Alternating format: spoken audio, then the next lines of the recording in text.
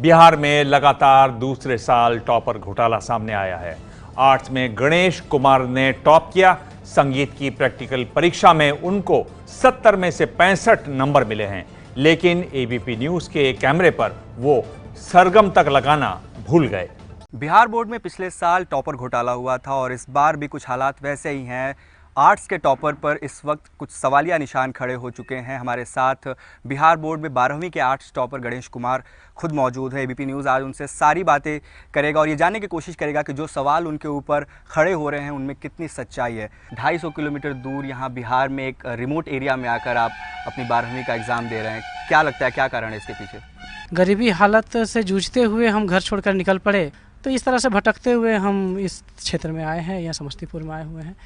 पढ़ाई का भी एक जुनून था और पढ़ाई का मतलब एक था क्या कि मतलब कुछ सरकारी नौकरी अगर थोड़ा मिल जाए छोटा मोटा, जिसके चलते मैट्रिक इंटर इस सब की आवश्यकता पड़ती है, तो हम कुछ काम के साथ साथ समय निकाल करके कुछ पढ़ाई वगैरह भी करते थे। 2012 से यहाँ पे रह रहे हैं तो आपके पास कोई तो पता होता, आपने पता नहीं लिखा यहाँ पे? यहाँ भी कोई मेरा निश्चित स्थान नहीं था। वहाँ वर्तमान पता में कहीं अगर एड्रेस भरना पड़ता है कहाँ हम रहते नहीं रहते हैं, तो जब कुछ वर्तमान पता हमको समझ में नहीं आ रहा था, कभी यहाँ कभी वहाँ इस तरह भटक जाते थे, तो इसलिए वर्तमान पता वो खाली रखे थे कि अच्छा ठीक है, अगर ऐसा होगा तो बाद में भर दिया जाएगा। और एडमिशन डेट?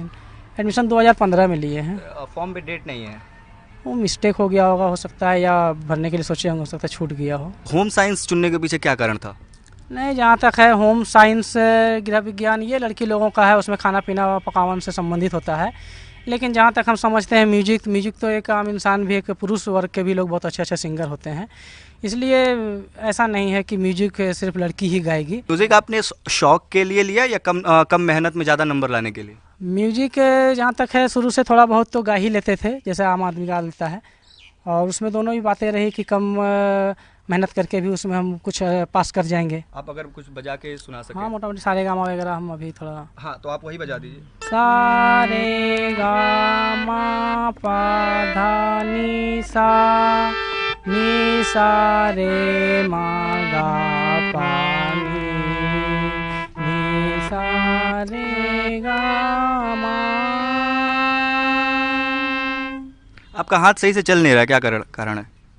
देखिए, ऐसा है कि सुबह से ही बहुत सारे टीवी वाले लोग भी आकर के एक पर एक मतलब कभी किसी के सामने में हम आए नहीं इस तरह से, और पहला बार आने के बाद में बहुत सारा मतलब एक अंदर से थोड़ा सा ठीकने लगता है इसके चलते। आपका जो स्वर है वो भी बहुत अच्छे से लग नहीं रहा है।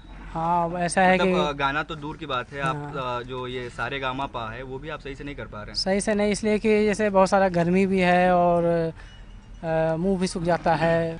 इसके अलावा और क्या बजा लेते हैं आप? इसके अलावा ढोल वगैरह भी हल्का फुल्का बजा ही लेते हैं। तो क्या स्कूल में इस वक्त ढोल वगैरह है? अभी जैसे समय का देरी हो जाने के कारण जो सर हैं वो अपना बंद करके चले गए हैं। संगीत किन दो शब्दों से मिलकर बना है?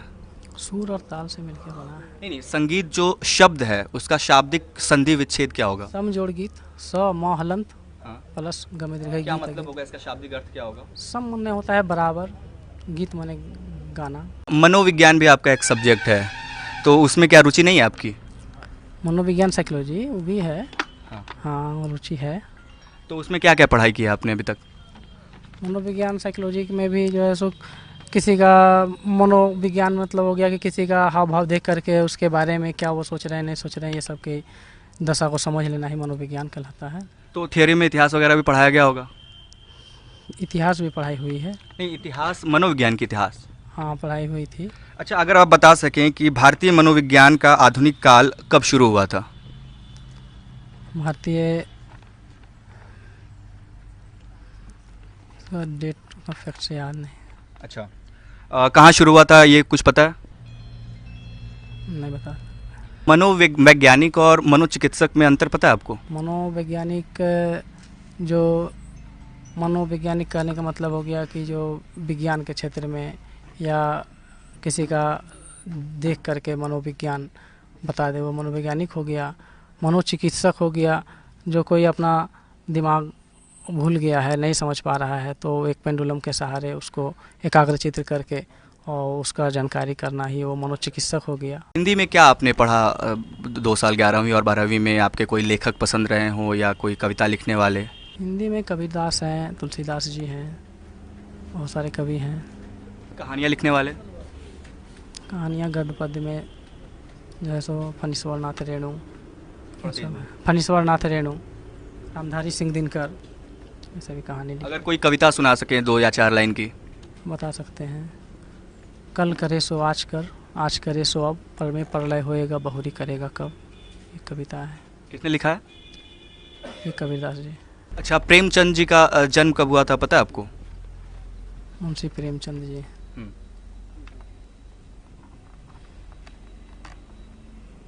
नहीं पता। ये है एबीपी न्यूज, आपको रखे आगे।